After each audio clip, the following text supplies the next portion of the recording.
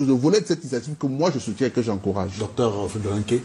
Je suis vraiment outré quand j'entends un universitaire débiter des sottises. Excusez-moi le mot. C'est-à-dire que nous, ce pays est en train de s'enfoncer comme ça dans la boue, dans la brousse, à cause des universitaires qui, pour des prétextes de nourriture, vraiment simplement, ils occultent même la valeur de l'université. C'est-à-dire que quand vous voyez un type qui vient là, vous l'invitez, vous dites qu'il est spécialiste. Non, il faut lui dire que c'est le complice. Un type. Non, je dis un type en général, j'ai le droit de dire un type quand même. Ouais, un type c'est péjoratif, docteur. Ah bon, hein? Oui, Tout à l'heure, en référence à Camto, parce qu'il vous soutient. Il a dit que non, on va percevoir. Non, il vient de dire qu'il vient de le dire que quand on identifie les individus qui ont. Nous sommes en français quand même. Bon, alors, monsieur Bouba, il faut que vous sachiez que quand vous invitez, vous dites qu'il est spécialiste, mais complice du RDPC. Il faut que les gens soient clairs. Bon, alors, quand il dit tout à l'heure. Il y a que, non. Quand il dit tout à l'heure que nous savons.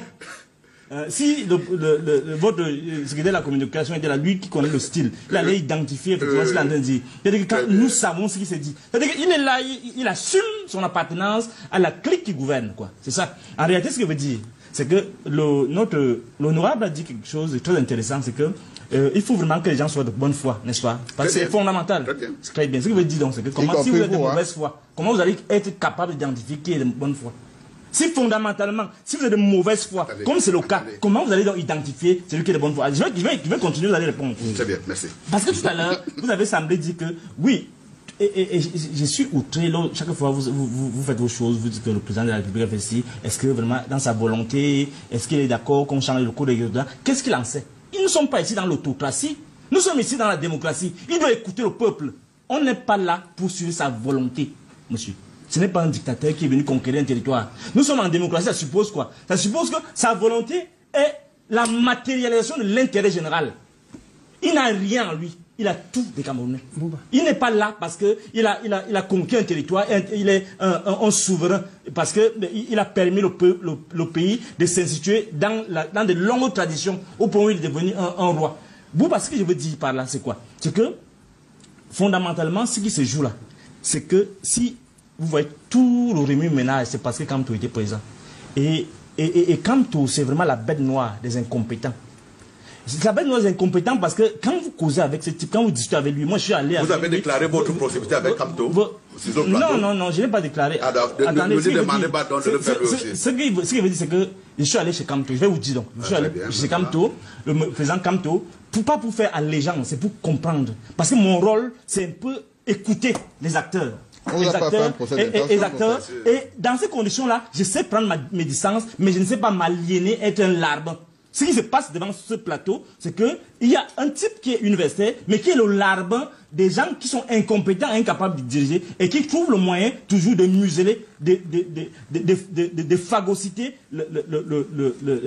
l'entendement, la vision que nous avons de notre pays. Ce que veut dire surtout, c'est que ici, vous avez dit plein de choses, mais vous êtes dans une amnésie totale. Excusez-moi, c'est pas une insulte. C'est que politiquement, moi j'ai l'habitude. Politiquement, vous avez fabriqué le consentement. Et la fabrication du consentement fait en sorte que vous refusez absolument de vous référer à l'histoire. L'histoire ici, c'est quoi? C'est que vous ne voulez même pas qu'on parle d'un débat politique. Regardez ce que Joseph Muirba a voulu faire au niveau de l'Assemblée nationale.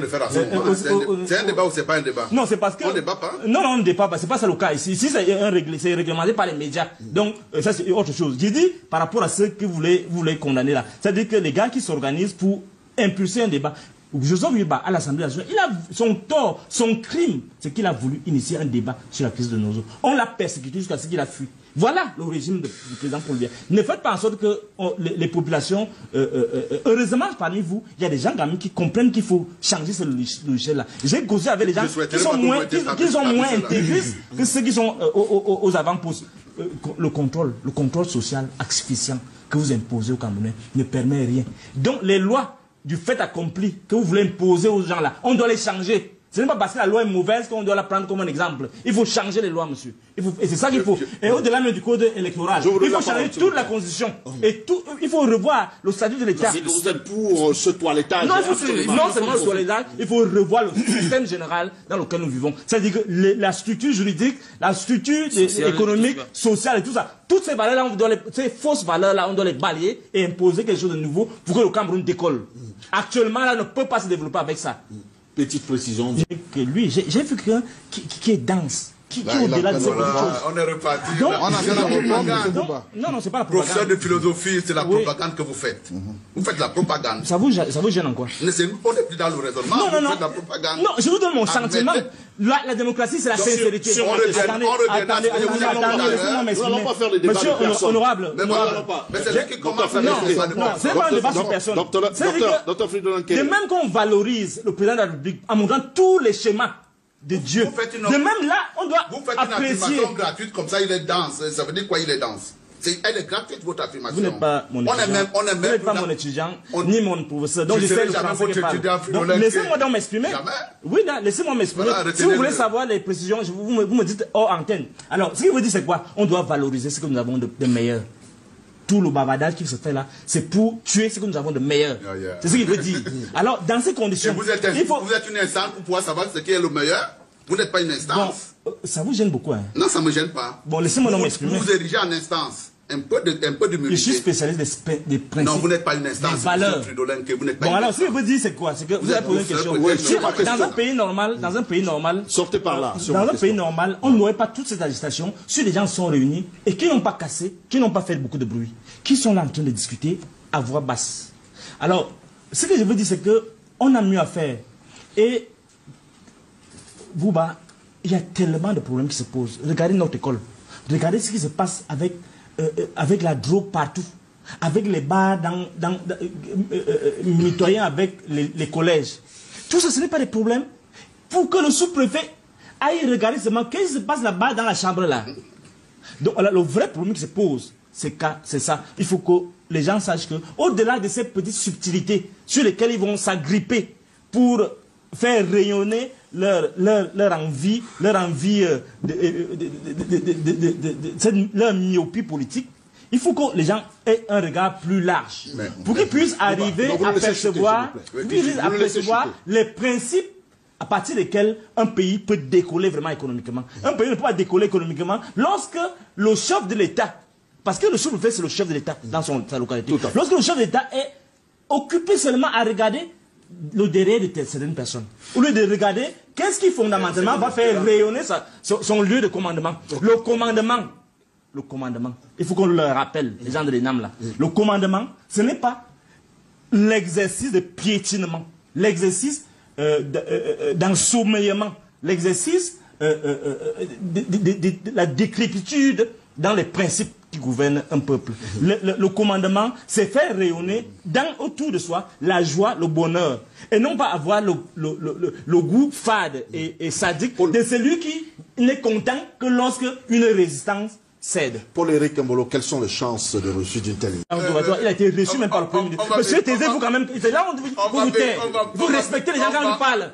Vous êtes trop serein. Vous êtes trop serein comme ça parce que vous mangez, vous empiffrez sur les misères des autres. Vérifier le reste. Oui.